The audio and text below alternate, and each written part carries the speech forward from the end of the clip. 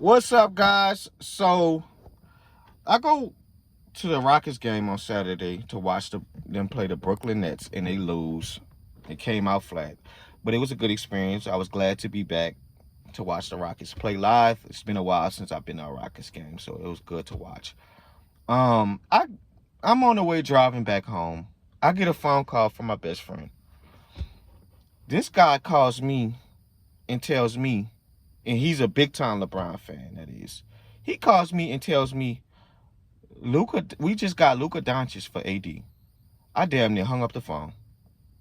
I'm like, say, bro, I'm tired. It's been a long night. I gotta get home. I don't got time for this. Please don't be playing on my phone at this time of hour, bro. I'm trying to get home. It's traffic right now. No, bro. Look at your phone, bro. Pull it up. I go to Bleacher Report. These fools literally traded away Luka Doncic. Nico Harrison is public enemy number one right now. He is public enemy number one in Dallas. He's even in front of Jerry Jones right now. He is public enemy number one. Bro, do you know this can get you fired? You just ran a crash collision into a pole.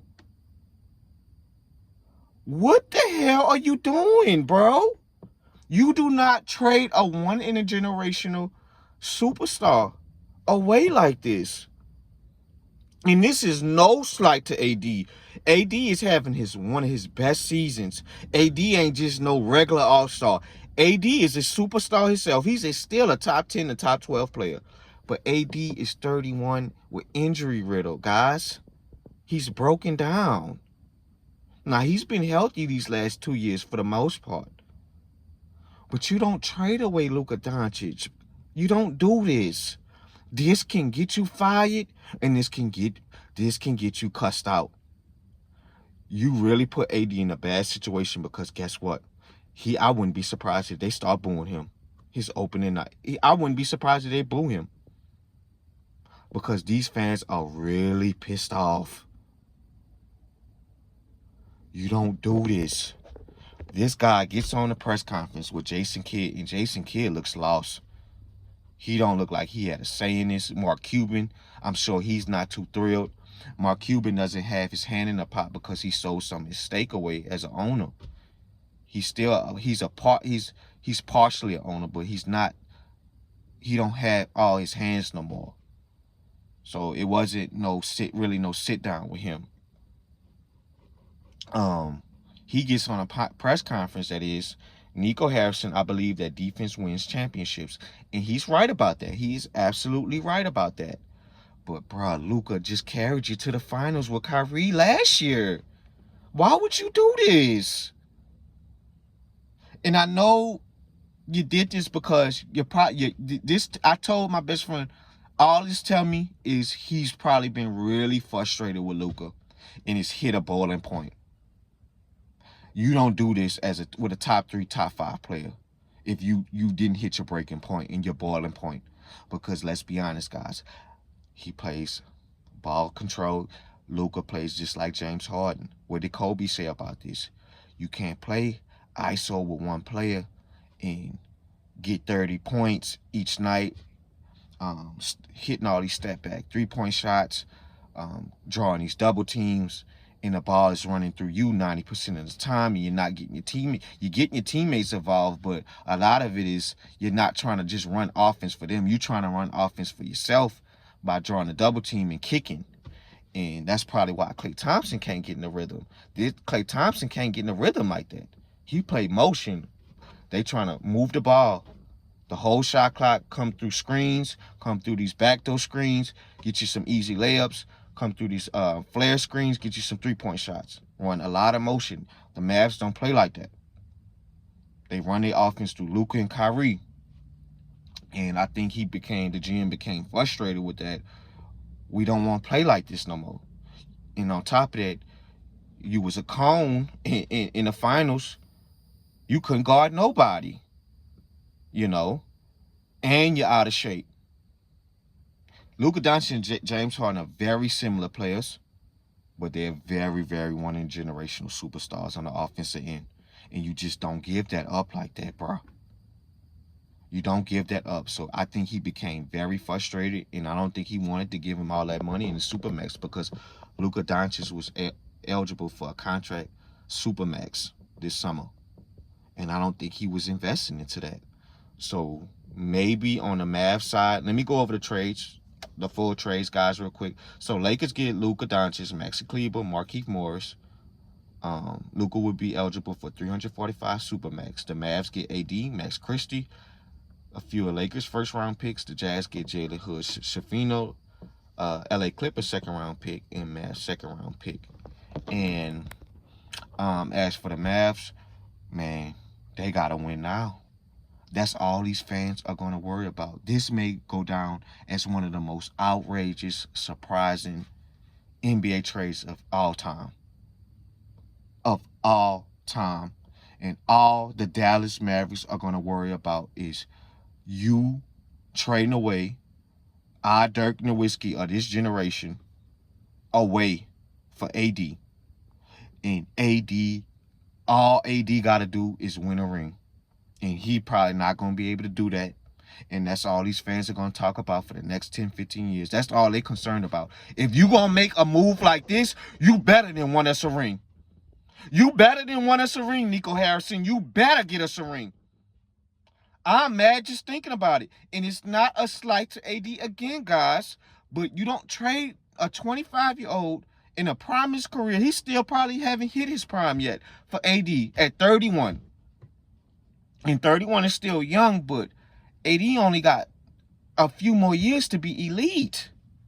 Kyrie Irving is 30 at this age. Klay Thompson is 35, 36, 34. So maybe it can work. You know, you get PJ Washington paired up with him in the front court. Daniel Gafford moves to the bench. I love Daniel Gafford. He's a rim runner, alley-oop, lob, big man. He can get you some easy dunks, plays great defense. You get him on the bench. So this can work. They want to play defensive. You still get Kyrie Irving, paired him up with AD. We see how this goes. You know, we just got to wait and see, guys. I don't know what to tell you, Mavs fan, but as for the Lakers, I'm gonna say this. Even though I'm excited to see this pairing, I want Rob Pelinka to know, you know, you got a great job on swindling Nico Harrison. You earn probably some more years to your contract, Rob Pelinka. JJ Redick has been pretty good rookie coach, and JJ Redick has probably had one of the best rookie coaching seasons to get paired up with superstars. You've played with you've been able to coach 3 superstar players, and you have had a close relationship on the podcasts with Luka and LeBron. You've been able to coach. Not too many coaches be able to say that they've been able to coach LeBron and Luka Doncic ever in AD in one season, and you done that. But I'm gonna get back to my main point with this. I'm excited to see this, but guys, this don't mean the Lakers is gonna walk their ass to a championship. This don't mean that at all. I can tell you that right now, because in this era, these teams are deep. Who are the teams that's winning these championships, guys? The teams that's winning it. The Denver Nuggets, the Milwaukee Bucks. Who just won it? The Boston Celtics. They've been building through their draft. It's the draft. Jason Tatum, Jaylen Brown, Peyton Pritchard, Nikola Jokic, Jamal Murray, Michael Porter Jr., the Giannis year. You know, now for the most part, you know, they signed Brook Lopez and Drew Holiday and Chris Middleton trades, and that is. But if you notice something, those 3 teams acquired low-end all-stars, the Drew Holidays, the Brook Lopez's, and high-end role players, the KCPs. Just putting little important pieces to add to your superstars. Not getting a full players are superstars like KD and D Book paired up. You see, they ain't winning nothing with Bradley Beal. They're not winning nothing. I don't care if they get Jimmy Butler. They're not winning nothing.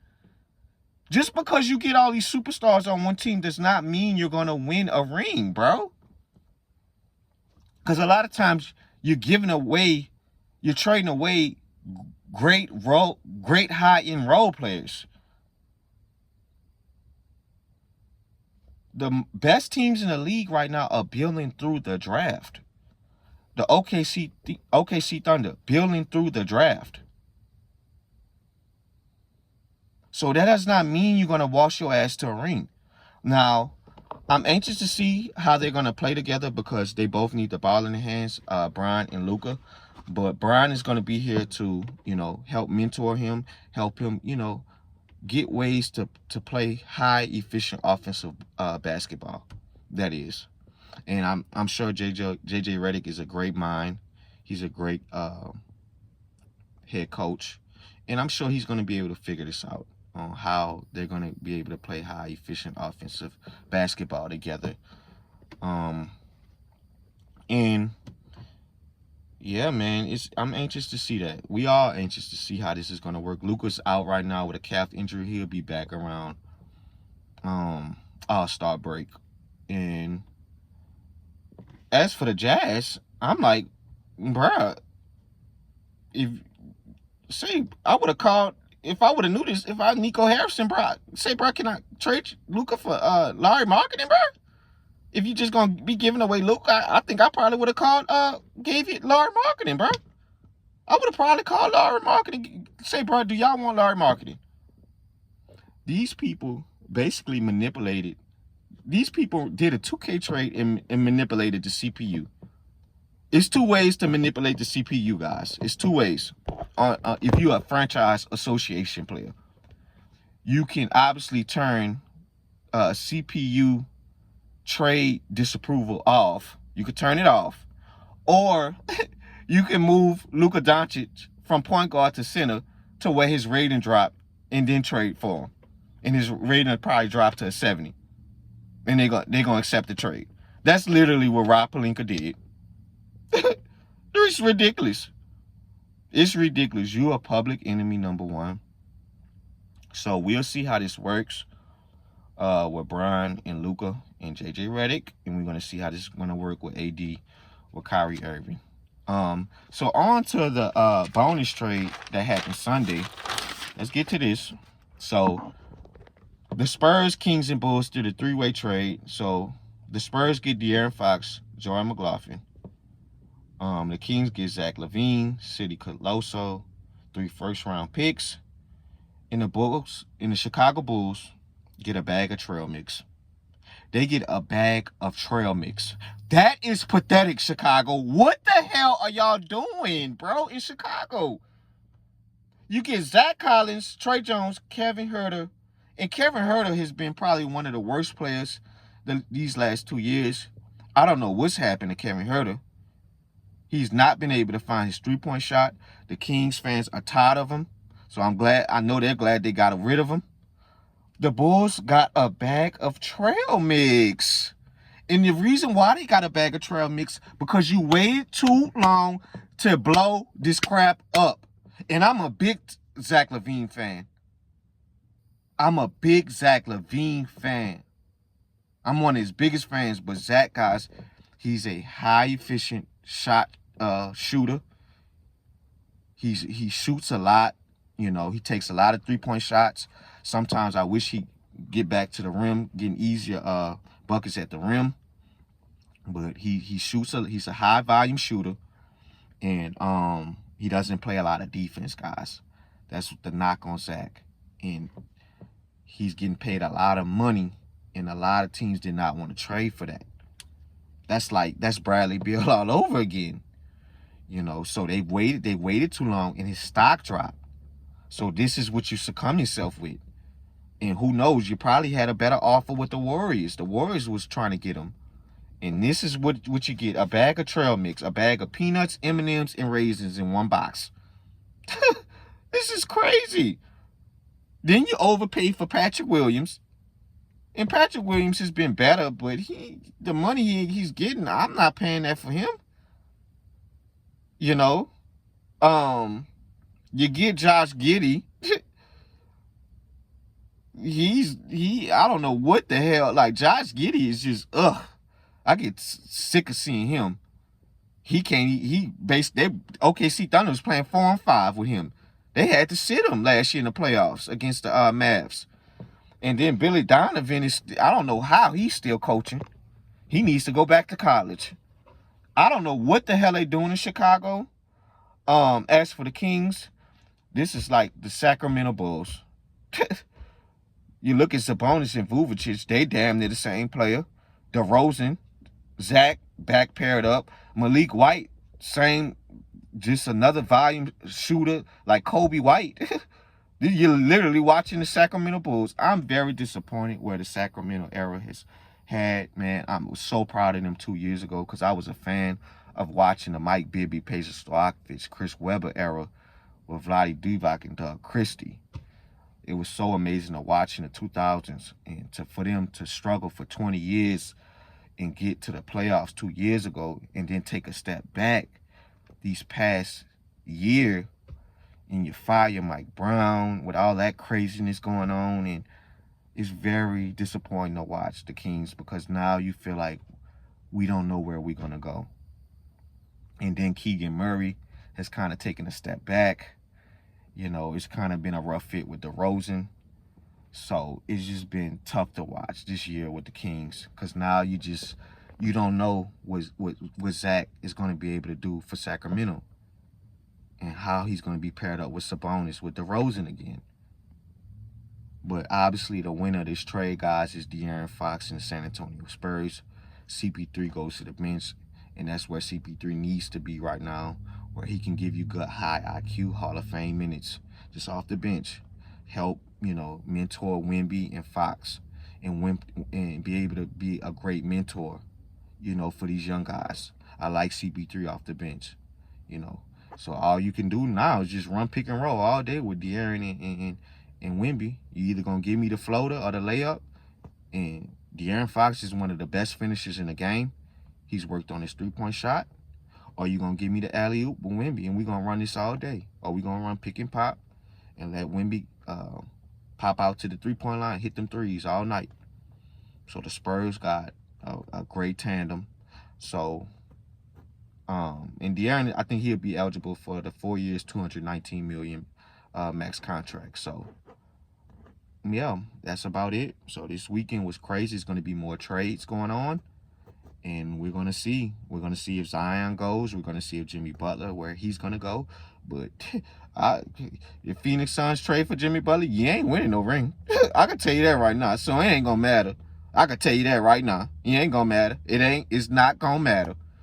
These young guys in this generation, they are deep. The Rockets are deep. The Thunder are deep.